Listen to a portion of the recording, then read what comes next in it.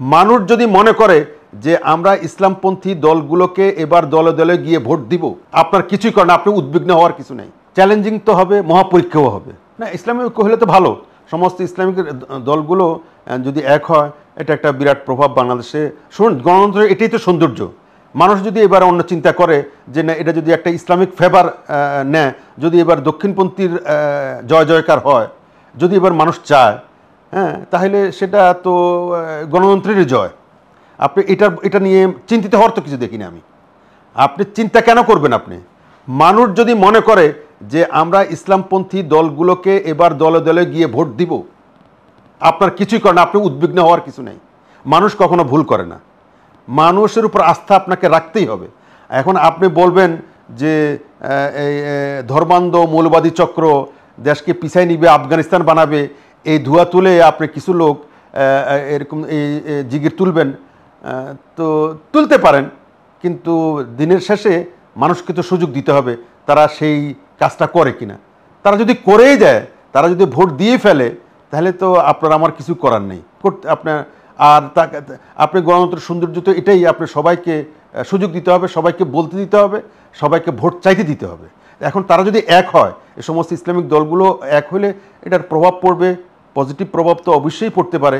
কারণ এদেশের মানুষ ধর্মপ্রাণ, এদেশের মানুষ আলেম ওলামাদেরকে পছন্দ করে, এবং আলেম ওলামাদেরকে মসজিদে পছন্দ করে নাকি পার্লামেন্টে পছন্দ করে, মসজিদে পছন্দ, খানকায় পছন্দ করে নাকি আপনার গণভবনে পছন্দ করে, বঙ্গভবনে পছন্দ করে, তার মানে সেক্রেটারিয়েটে পছন্দ করে, এটা দেখার বিষয়। এখন যদি এদেশের মানুষকে মানুষ আলেম ওলামাকে, ইসলামিক দলগুলোকে পার্লামেন্টে দেখতে চায়, সেক্রেটারিয়েটে দেখতে চায়, বঙ্গভবনে দেখতে চায়, গণভবনে দেখতে চায়, এবং রাজনৈতিক অঙ্গনে এমপি মন্ত্রী হওয়াটা দেখতে চায়, তাহলে এটা আপনার আমার কিছু করার তো নাই, আপনার কিছু বলার নেই।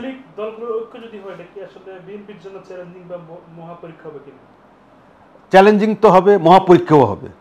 বিএনপি আগের মতো এরকম ওয়াকওভার দিতে পারবে না। বিএনপি আগের মতো হেলে দুলে খেলে, হেসে খেলে জীবন চলবে না তার।